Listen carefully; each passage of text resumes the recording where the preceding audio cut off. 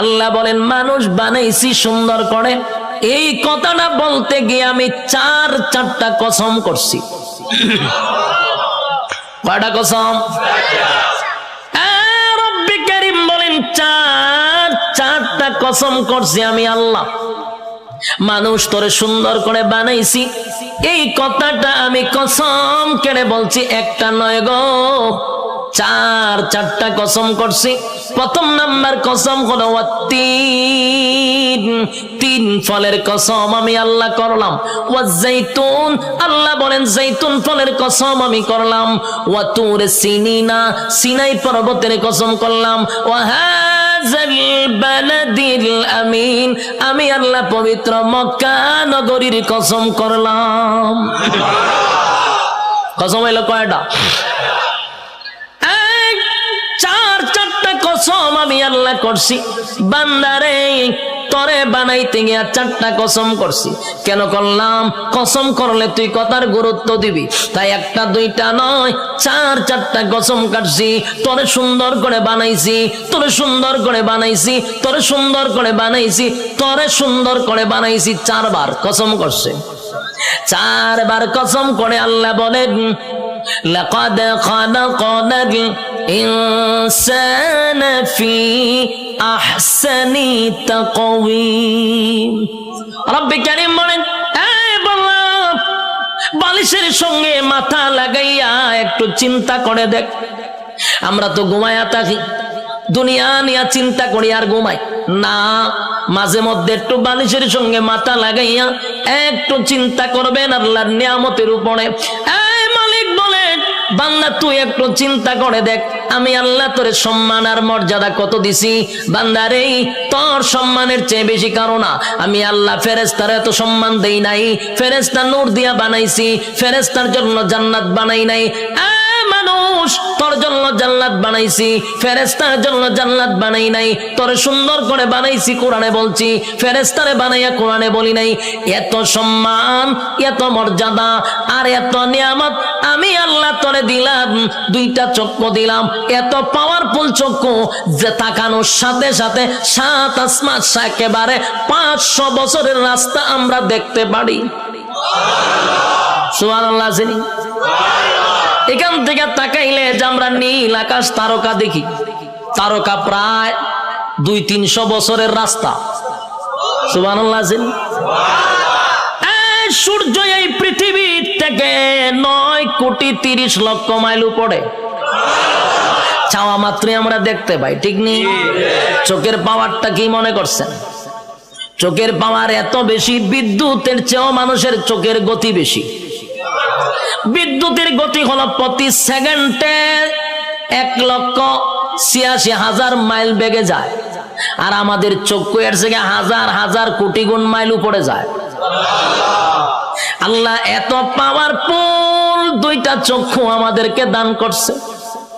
এরপরে আমাদেরকে মেধা শক্তি দিছে, ভালো বোঝার শক্তি দিছে, মন্দ বোঝার শক্তি দিছে। ফেরেশতা কিন্তু শুধু ভালো বুঝে রে, মন্দ বুঝে না। শয়তানরে আল্লাহ শুধু মন্দ বুঝার তৌফিক দিছে, খারাপটা খালি খারাপ বুঝে, ভালো বুঝে না। আর মানুষ ভালো মন্দ বুঝার তৌফিক দিছে, কথা হয় না? এতগুলো নিয়ামত আল্লাহ দিলেন, হাঁটার জন্য পা দিলেন, হাত দিলেন, চক্ষু দিলেন, মাথা দিলেন, এত সুন্দর করে কাঠামো দিয়া মানুষ বানাইলো। বান্দা কেন বানাইছি? গোলামি করবি আমি আল্লাহ। আর আল্লাহ বলেন তুই আমার গোলামি করবি।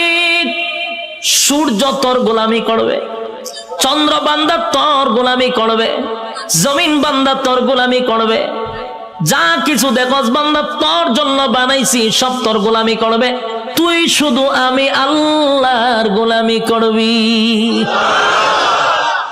কিন্তু মানুষ এত বড় পোল্ট্রি বাজ, মানুষের যে পোল্ট্রি বাজ কেউ নাই, মানুষের থেকে অকৃতজ্ঞ আর কেউ নাই। মানুষ এত কৃতজ্ঞ, একটা প্রাণীর মধ্যে যে কৃতজ্ঞতা আছে মানুষের মধ্যে নাই। একটা কুকুর হলো সবচেয়ে নিকৃষ্ট প্রাণী, কিন্তু কুকুরটারে 2 দিন খাবার দেন, আপনি 2 দিন খাবার দেন, আপনার পিছু ছাড়বে না। 1 মাস পরেও যদি আপনি কুকুরটার কাছে আসেন, কুকুর আপনারে দেখলেই বুঝতে পারবে আপনি তারা খাওয়াইছেন। কিন্তু মানুষরে মানুষ খাওয়াইতে খাওয়াইতে পেট ভরায়া দেয়। মানুষরে এত কিছু করার পরও মানুষ সেটা মনে রাখে না, মানুষ কৃতজ্ঞতা প্রকাশ করে না। আল্লাহ বলেন, বান্দা শুন, একটা মাছ যেইভাবে পানির নিচে ডুবন্ত থাকে, আমি আল্লাহ কিন্তু মানুষগুলারে এইভাবে পানির নিচে ডুবায় আর যেইভাবে মাছ রাখি, তোদেরকে নিয়ামত দিয়া ডুবায়া রাখছি। নিয়ামতের মধ্যে আমরা ডুবন্ত, মাছ যেইভাবে পানির নিচে ডুবন্ত, বান্দারে আমি তোর নিয়ামত দিয়ে এইভাবে ডুবায়া রাখছি।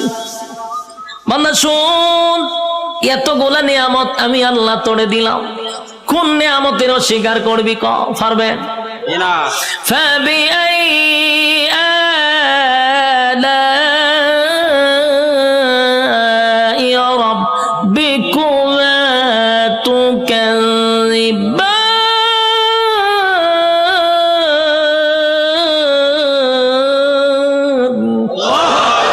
আল্লাহ বলেন, কোন কোন নিয়ামতের অস্বীকার করবি? আমি আল্লাহ তোরে কি দেই নাই বল? সব দেওয়ার পরে বদনা আমার খাইলি, আমি আল্লাহর নিয়ামত খাইলি, সব আমি আল্লাহ তোরে দিলাম। এরপর 24টা ঘন্টার ভিতরে বান্দা 1টা ঘন্টা আমি আল্লাহর ইবাদত করস না। যুবক ভাই, কথাগুলি কি দিলের কান লাগায় শুনতেছেন? দিলের কান লাগাইয়া কথাগুলি শুনেন। 24টা ঘন্টা আল্লাহ সময় দিছে। কত ঘন্টা? রাইতে দিনে 24 ঘন্টা। দিলের মধ্যে একটু প্রশ্ন করেন তো দেখি, 24টা ঘন্টার ভিতরে আল্লাহ তো দিল আমরা 24 ঘন্টা। যুবক, নিজেরে নিজে প্রশ্ন করো, 24টা ঘন্টার ভিতরে আমার মালিক রে তুমি কয় ঘন্টা দিছ? একজনের কথা হয় না, 1 ঘন্টাও মালিক রে দেয় না। আল্লাহ কয়, তুই ভাবছ আমি তোরে ছাইরা দিব? আমার নাম রহমান, দয়া মায়া বেশি। আল্লাহর দয়া মায়া বেশি। আমরা খালি ওয়াজ শুনছি, আল্লাহর দয়া মায়া বেশি। রহমান নামের গুণ হলো আল্লাহর দয়া মায়া বেশি। আল্লাহ যত বড়, আল্লাহর মায়া দয়া তত বড়। শুধু ওয়াজটা শুনছি, কিন্তু এরপরের ওয়াজ শুনছেন। আল্লাহ বলেন, আমি যত বড়, আমার আযাব আর গজব কিন্তু বান্দা অত বড়। আমি সবাইরে ছাড় দেই, কিন্তু ছাইরা দেই না। ফেরাউনরে আমি ছাড় দিছি, ফেরাউন্নারে আমি ক্ষমতা দিছি।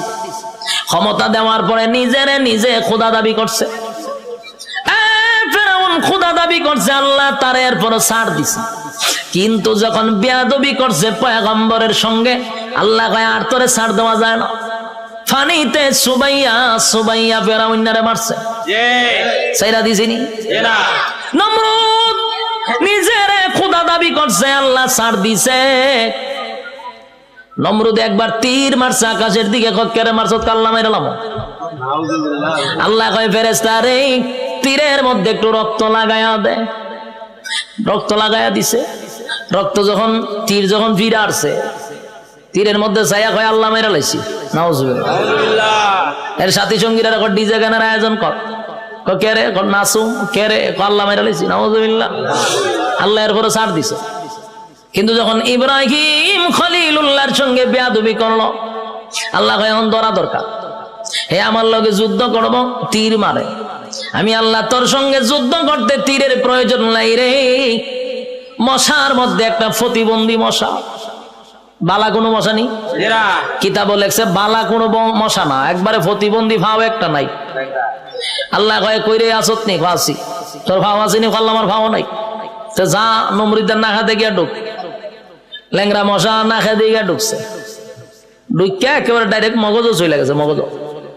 মগজ বইয়া এরপরে ইনসুলিন দেয়, সুই ঢুকায় আর সুই বাইর করে। যেই সুই ঢুকাইছে মগজ, একটা লাফে 3 হাত উঠছে নমরুদ। যা পার্লামেন্টে বইয়া রয়েছিল, মশায় যখন খামড় দিছে, পার্লামেন্টের নাচ শুরু করছে ডিজে গানের মতো, উরুম দুরুম নাচে। সে আরো বিভিন্ন মন্ত্রীরা বসা, দেশের বিভিন্ন জায়গার থেকে অনেক রাষ্ট্রপতিরা আইছে। আয়াজন দেহে দেশের বাদশাহ এইভাবে ডিজে করে, পার্লামেন্টে বসে এটা কি পাগল নেই, ও পাগল তো আসিস না, হঠাৎ করে ও নাচে কা, ও নাচতে নাচতে মশাও তো কম খারাপ না, কারণ টেং টুং যেদিন না থাকে এরা মারাত্মক খারাপ থাকে। এই মশা কিন্তু মারাত্মক খারাপ, হেদের সুই ডুয়া যে বাইর করে না। আর এইদিকে নমরুদ্দা ডিজে গানের মতো নাচতেছে, কোনোভাবেই ব্যথা কমে না, নাচে মানে ঘটনা কিটা যা পায় তা দিয়ে মাথার তা পায়, কোনোভাবেই ব্যথা কমতেছে না। হঠাৎ আসেন জুতা একটা গাছ, এটা জুতাটা মারছে মাথার বাড়ি, যেই জুতাটা মাথার বাড়ি মারছে, জিব্রাইলে আবার যোগাযোগ রাখতেছে মশার সাথে, মশারে ফোন দিয়া কইছে তাড়াতাড়ি ছাইরা দে, ইনসুলিন টাইনা তুল। যখন হের সুই টান্দা তুলছে, ব্যথা ছাড়ছে, এখন নমরুদে জুতার পাইছে, সব বনা কি একটা জিনিস বারে দিলাম, মাথার ব্যথা দিল সাইরা। জুতার মধ্যে কোনো ওষুধ আছে নাকি? আসলে কি জুতার কোনো ওষুধ আছে? এটা আল্লাহ বেজ্জতি করার একটা সিস্টেম। জুতাটা বাড়িছে, ব্যথা কমে গেছে, তার মানে জুতা আল্লাহ ব্যথা কমাইতেছে। এখন এই জুতা রেখে দিছে দাঁড়ে, রেখে টেনশনে পড়ে আছে, কি ব্যথা উঠলো, জুতাটা বাড়ি দিলে ছেড়ে দিল। আবার কথা বলতেছে বিভিন্ন দেশের মন্ত্রী এমপির সঙ্গে, আবার মশায় সুই একটা ঢুকাই দিছে, টাস করে জুতাটা বাড়ি মারছে, ছেড়ে দিছে। আল্লাহ মশারে খুলে করে, এটা তোর ডিউটি, কাজ চালায়া যা, কতক্ষণ পরে পরে ঢুকাইবি, জুতাটা বাড়ি দিলে ছেড়ে দিবি। মশা কতক্ষণ পরে ঢুকায়, জুতাটা বাড়ি দেবার পাইলা, আবার ঢুকায়, জুতাটা বাড়ি দেবাই করে। এই হইল জুতার বাড়ি শুরু। তখন নমরুদ্দা একা একা জুতাটা কত বাইরিত, হাতে ব্যথা ধরে লায়, তাই একজন লোক রাখছে, ধরে মাসে এত টাকা বেতন দিমু, এদিকে চাকরি কি দেখো জুতা দেখালে ভিটা নেই, তাও খারে দেশের বাসারে। তো এইরকম যদি আমার নিত, আমি তো বললাম টেকা টোকা লাগতো না, আমি খালি জুতাটা ভিডামো আপনারে, আমার টেকা তেমন লাগতো না।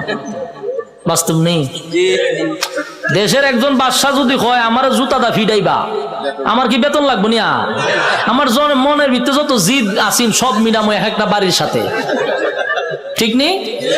জুতা দেখ একটা বাড়ি দিমার ঘুমায় আয় না, এটা অত সালের একটা জুতার বাড়ি, দ্বিতীয় বাড়ি দেখো এটা অত সালের একটা বাড়ি, এক সালে এক যন্ত্রণা বুক করছে, আর তোর জুতাটা বাইরিতেছি টেহারা হম নেই।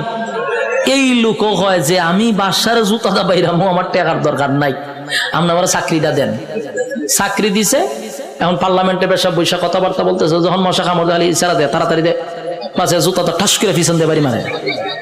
দেশের মানুষ বিভিন্ন দেশ থেকে আসে, আইসা কয় যেই বাসার ইজ্জত নাই, মানছে তারা জুতাটা বাইরা, এর সাথে আবার কি এর বৈঠক, হঠাৎ থেকে এটা ভাগল, এখান থেকে এক বেজ্জতি। তো জুতাটা বাইরিতে বাইরিতে প্রথম তো শখে শখে জুতাটা বাইরেছিল, ঠিক না? জুতাটা যে বাইরেছে প্রথম তো শখেই বাইরেছে, আনন্দে বাইরেছে, কিন্তু বাইরিতে বাইরিতে এখন তো বেচারার বিরক্ত হয়ে পড়ছে। কত বাইরিত, খানা খাইতে পারে না, ঘুমাইতে পারে না, বাথরুমও যাইতে পারে না, খালি বাইরা। এই বেচারা হয়েছে বিরক্ত, এমন অবস্থা হয়েছে এখন জুতাটা বাইরে নিয়ে লাগে হতান পরে পরে, বাথরুমে গেছে, ওটা বাথরুম করতে গেন টাইম নাই না, জুতাটা বাড়ি দেয়, সে বিপদ পড়ছে না, খানা খাইতে পারে না। এই বেচারা কয় এর যদি আমি জুতাটা বাইরিতে থাকি তা আমি এমনি মরে যাবো গা, খাওয়ার নাই ঘুম নাই তো আমার মরণ হয়, তে একবার এর মাইরি মরে যাই। এখন হে কইলো সিদ্ধান্ত নিয়েছে না এমন মরম, চাকরি না করলে আমার গরদান যাইব, আর আমি যদি চাকরি করতে তাই আমি এমনি মরে যাবো গা, তে এক বালা হেরে মাইরা মরে যাই। তখন একদিন জুতার বদলা বড় একটা মুগুর লইছে, আমরা এটা কিতা করি মুগুর বলনি, মুগুর লইছে একটা, লইয়া পিছে বইয়া রয়েছে, যখন জুতাটা বাড়ি দে, তখন মুগুর লইয়া যৎকান শরীরে শক্তি আসিন, একটা বাড়ি দিছে, মাথার দুই ভাগ হয়ে যা। ল্যাংরা মশা যে মাথার ধরেছিল, ছায়া দেয় ছাদ নাই, ছাদ নাই, মশায় চিন্তা করবো যে এরকম একটা নোংরা পরিবেশে কি আর বন যায়, মশা গেছে।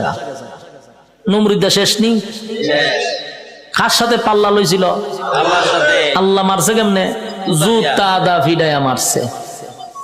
এই জন্য আল্লাহ ছাড় দেয়, ছেড়ে দেয় না। বুঝসারে চিনুন না আপনারা, এখানে যারা বয়স 30 আছে এরা বুঝসারে চিনব। ডব্লিউ বুশ হে কিন্তু কম করছে না, এইটা আমরা দেখছি, হে অনেক মুসলমানের রক্ত দিয়া গোসল করছে, হে কম করে নাই। শেষে আল্লাহ হেরও কিন্তু সাংবাদিকের জুতাদা ভিড়াইছে, এক সাংবাদিকের জুতাদা বাড়ি মারছে, আর এই জুতার দাম অনেক হয়ে গেছে, এটি জাদুঘর আছে। আল্লাহর মায়ের আস্তে আস্তে ছাড় দেয়, ছেড়ে। যারা জুলুম করতেছেন, যারা জুলুমের মধ্যে আছেন, যাই না রাখেন জুলুমের শেষ আছে। যারা জুলুম করে তাদের দুইটা শাস্তি, একটা দুনিয়ায়, একটা পরকালে। দুনিয়ায় ততক্ষণ না পর্যন্ত আপনার মৃত্যু দিবে না যতক্ষণ আপনাকে দুনিয়াতে আল্লাহ চরম পর্যায়ের বেজ্জতি না করবে। চরম পর্যায়ের বেজ্জতি করার পর আপনার মৌত দিবে আল্লাহ। এরপরে পরকালে তো আছে কুবা শামসুর মতো, ইচ্ছা মতো কুবাইব। বাস্তব না বাস্তব? সাইজ কিন্তু আল্লাহ ছেড়ে দিত না, জনমের সাইজ করবো। এজন্য যারা জুলুম করেন স্পষ্ট শুনে রাখেন, প্রথম নাম্বার কথা হলো ততক্ষণ না মরবেন না যতক্ষণ আপনার আল্লাহ দুনিয়াতে চরম পর্যায়ের বেজ্জতি না করবে, অপমান করবে। এরপরে মৃত্যু দিবে। আর পরকালে তা আছে ওয়াং সাং সুচি কিতা ইজ্জতে আসেনি, তাইরে জনমের দেওয়া দিতাছে, এখন বন্দি করে রাখছে। পারমার মুসলমানের রক্ত খাইছিল না, তাই রক্ত চুষা খাইতেছে। আরো বেজ্জতি হইব, আরো দেখবেন সামনে, অপেক্ষায় থাকেন। বাকিটা দেখার বয়স আপনারা রয়েছে, আল্লাহ দেখাইব। আল্লাহ বলেন সার দেই কিন্তু ছেড়ে দেই না, আমি যখন সার দেই বুঝিস না আমি তোরে ছাইরা দিছি। ধরব যেদিন আমি আল্লাহ ধরব, জনমের ধরা ধরব, পৃথিবীর কেউ তোরে রক্ষা করতে পারবে না। আমি আল্লাহর নিয়ামত খাইয়া আমি আল্লাহর নাফরমানি করস, ছাইরা দিব না, কিন্তু জনমের ধরা ধরব। যুবক ভাই, আমি আপনাদের উদ্দেশ্যে বলতে চাই, আল্লাহর দেওয়া নিয়ামত খাইয়া, নিয়ামত খাওয়ার পরে যে আল্লাহর নাফরমানি করতেছি, রাইতে দিনে 24 ঘন্টা পাইয়াও 1টা ঘন্টা আল্লাহর দেই না। ইমাম সাহেব যদি বলে আসেন না একটু নামাজে যায়, উত্তর দেয় হুজুর নামাজের সময় নাই। যদি কয় আসেন না মাহফিলে যাই, আমার সময় নাই। বেচারা খুব ব্যস্ত, সময় নাই, সময় নাই, সময় নাই, যে কোনো বিষয় লোক আমার সময় নাই।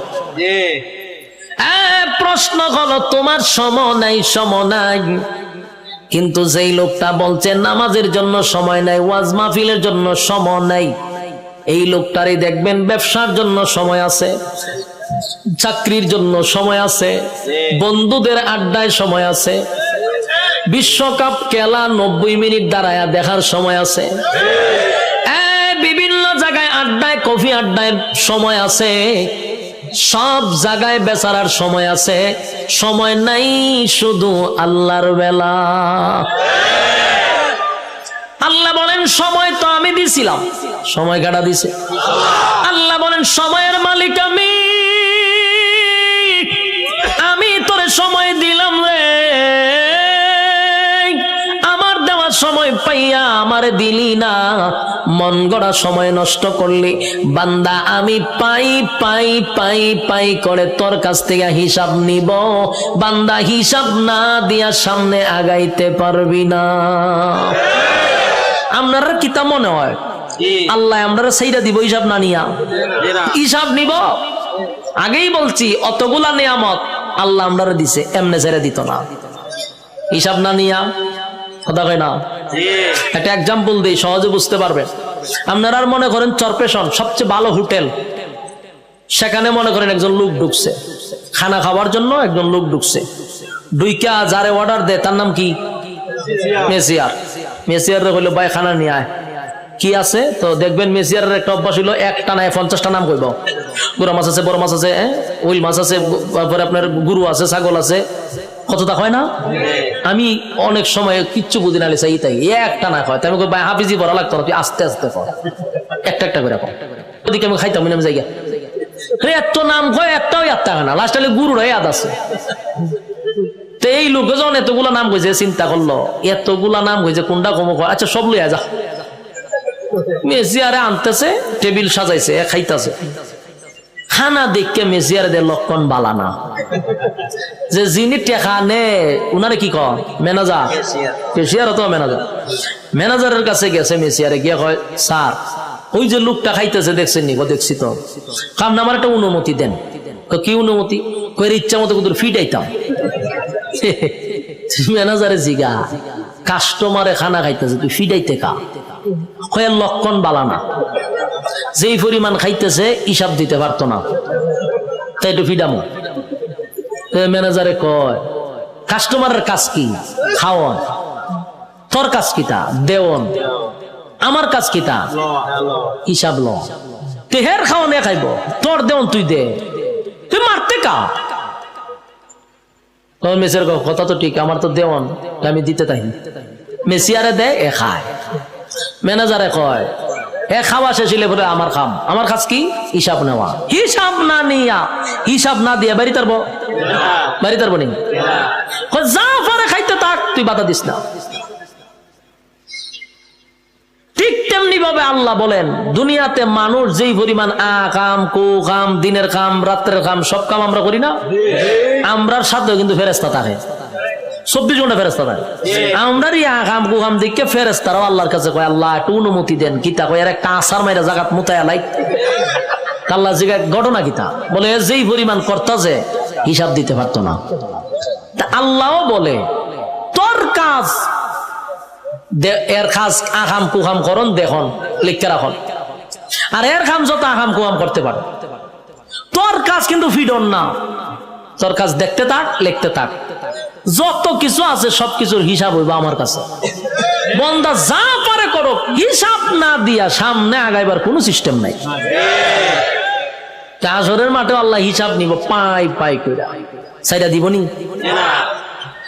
রব্বে কারীম বলেন প্রথম নাম্বার কথা হলো আফাহাসিবতুম আন্নামা খালাকনাকুম আবাসাও ওয়া আন্নাকুম ইলাইনা লা তুরজাউন। রব্বে কারীম বলেন এই অনর্থক বানাই নাই, অকারণে বানাই নাই। দ্বিতীয় নম্বরে আল্লাহ বলেন ওয়ামা খালাকাতুল জিন্না ওয়াল ইনসা ইল্লা লিয়াবুদুন। রব্বে কারীম বলেন 2 নাম্বার হলো তোরে বানাইছি ইবাদতের জন্য। 3 নাম্বার আল্লাহ বলেন বান্দা তোরে বানাইতে গিয়া ওয়ালাকাদ কাররামনা বানি আদম, সমগ্র সৃষ্টি জগতের মধ্যে শ্রেষ্ঠত্ব দিছি। 4টা কসম কেড়ে বলছি বাংলা তোর থেকে সুন্দর আমি আল্লাহ কাউরে বানাই নাই, তোর থেকে সম্মান আর মর্যাদা আমি কাউরে দেই নাই। এরপর আল্লাহ বলেন এত কিছু দেওয়ার পরেও যদি তুই আমি আল্লাহর গোলামি না করস, ওয়ালাকাদ জারানা লি জাহান্নামা কাসীরাম মিনাল জিন্নি ওয়াল ইনস, আমি আল্লাহ আগুন দিয়া তোরে জ্বালাবো আর পোড়াবো। এরপরে রব্বে কারীম বলেন বান্দা শুন, ভালো করে শুন, এত নিয়ামত দিয়া তোরে ছেড়ে দিব না, আমি আল্লাহ কিন্তু পাই পাই পাই করে হিসাব নিব। কুল্লু নাফসিন বিমা কাসাবাত রাহিনা, প্রত্যেকটা মানুষ তার কৃত কর্মের জন্য আল্লাহর সামনে জবাব দিতে হবে। হিসাব ছাড়া ছেড়ে দিব না। রব্বে কারীম বলে হিসাব নিব গো, হিসাব ছাড়া আমি আল্লাহ কাউকে ছেড়ে দিব না। এই যে দুনিয়াতে যা করি সব হিসাব হবে। আল্লাহ বলেন শুন বান্দা, যখন প্রত্যেকটা মানুষের হায়াত শেষ হয়ে যাবে, মালাকুল মউত আজরাইল সামনে হাজির হবে, তার একটা কিয়ামত হবে। কি হবে? কিয়ামত কিন্তু 2 প্রকার, একটা হলো যার যার কিয়ামত, আর একটা হলো সমষ্টিগত কিয়ামত। কথা বুঝতেছে? সাউন্ড একটু উড়ান, একটু উড়ান। একটা হলো যার যার কিয়ামত, আর একটা হলো সমষ্টিগত কিয়ামত। আল্লাহ রাসূল বলেন যার যার কিয়ামত সম্পর্কে বলেন মাম্মাতা ফাকাত কামাত কিয়ামাতুহু, যে যখন মারা যায় তার কিয়ামত তখন শুরু হয়। আমি যদি স্টেজে এখন মারা যাই, আমার কিয়ামত এখান থেকে শুরু হবে। আরেকটা হলো সমষ্টিগত কিয়ামত, সেই কিয়ামতটা হলো কিয়ামতে কুবরা, এটা বড় কিয়ামত, সেটা বাঁশির মাধ্যমে হবে। ইসরাফিল আলাইহিস সালাতু ওয়াস সালাম যখন বাঁশি ফু দিবে, আল্লাহ বলেন এই গোটা পৃথিবীর যা কিছু তোমরা দেখো বিশ্ব পরিস্থিতির পরিসমাপ্তি আমি ঘটায়া দিব। এটা হইল সমষ্টিগত কিয়ামত। ইদা জুলজিলাতিল আরদু জিলজালাহা, জমিনের মধ্যে তখন জালজালা শুরু হবে, ভূমিকম্প শুরু হবে। যখন যে একটা ভূমিকম্প হইছে 13 সেকেন্ড, 13 সেকেন্ডের ভূমিকম্পে সব শেষ হয়ে গেল। আর ওইটা যে শুরু হইব ওইটা 13 সেকেন্ড না, 13 ঘন্টা না, এটা চলতেই থাকবে। পাহাড় গুলি তুলার মতো উঠতে থাকবে। বিল্ডিং তো দূরের কথা, পাহাড় উইরে উইরে চলবো। এই ভূমিকম্প থামবে না। কুল্লু মান আলাইহা ফান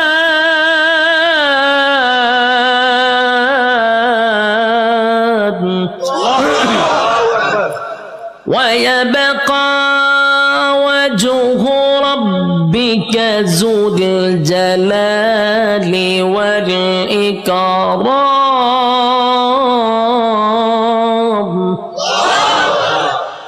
সব শেষ করবো। এই অপারেটর কইও সাউন্ড বাড়ানোর দরকার। আমি একটি রিবাব আর ইকুটা তুলে দেন না, আমি চিল্লাইলে তো ইকু রাখবো। হালকা রিবাবের ভিতরে ইকুটা দেন।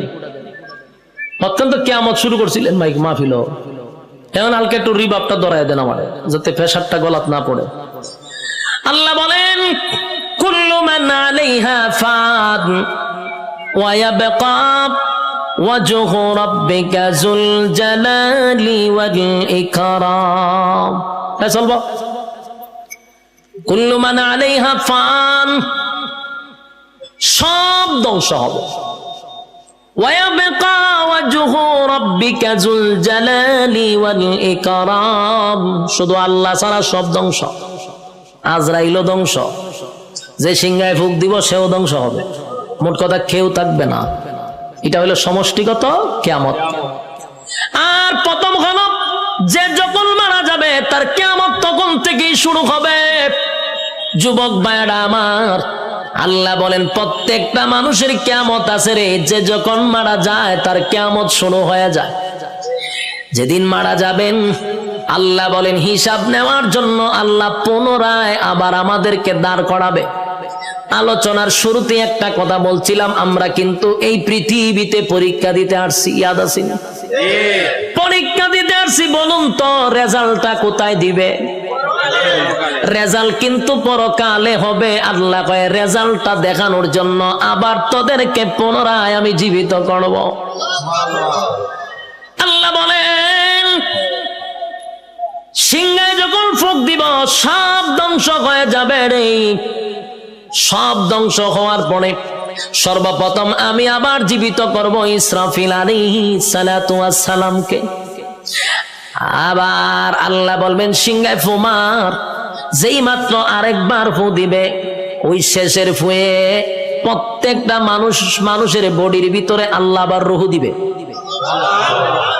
কাদা মাটির থেকে আবার রূহ পাইয়া মানুষগুলি মাটি গঠন হবে, আবার পুনরায় বডি গঠন হবে। কাদা মাটির থেকে আবার আপনি ওইটা দাঁড়াবেন। যেখানে দাঁড়াবেন, যেখানে বৈশা ওয়াজ শুনতাছেন, সে জায়গাটাই হবে হাসরের মাঠ।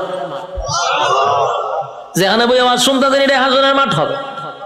এই পৃথিবীটাকেই আল্লাহ হাসরের মাঠ বানায়া দিবে। কিন্তু এখনকার পৃথিবী আর তখনকার পৃথিবী একরকম নয় রে। তখনকার পৃথিবী আর এখনকার পৃথিবীর মধ্যে উল্লেখযোগ্য একটা বেশ কম থাকবে। এখন তো কত উঁচু উঁচু বাড়ি আছে, পাহাড় আছে, সাগর আছে, নদী আছে। তখন কিছুই থাকবে না, সমতল একটা মাঠের মতো। মানুষ সেখান থেকে এটা দাঁড়াবে।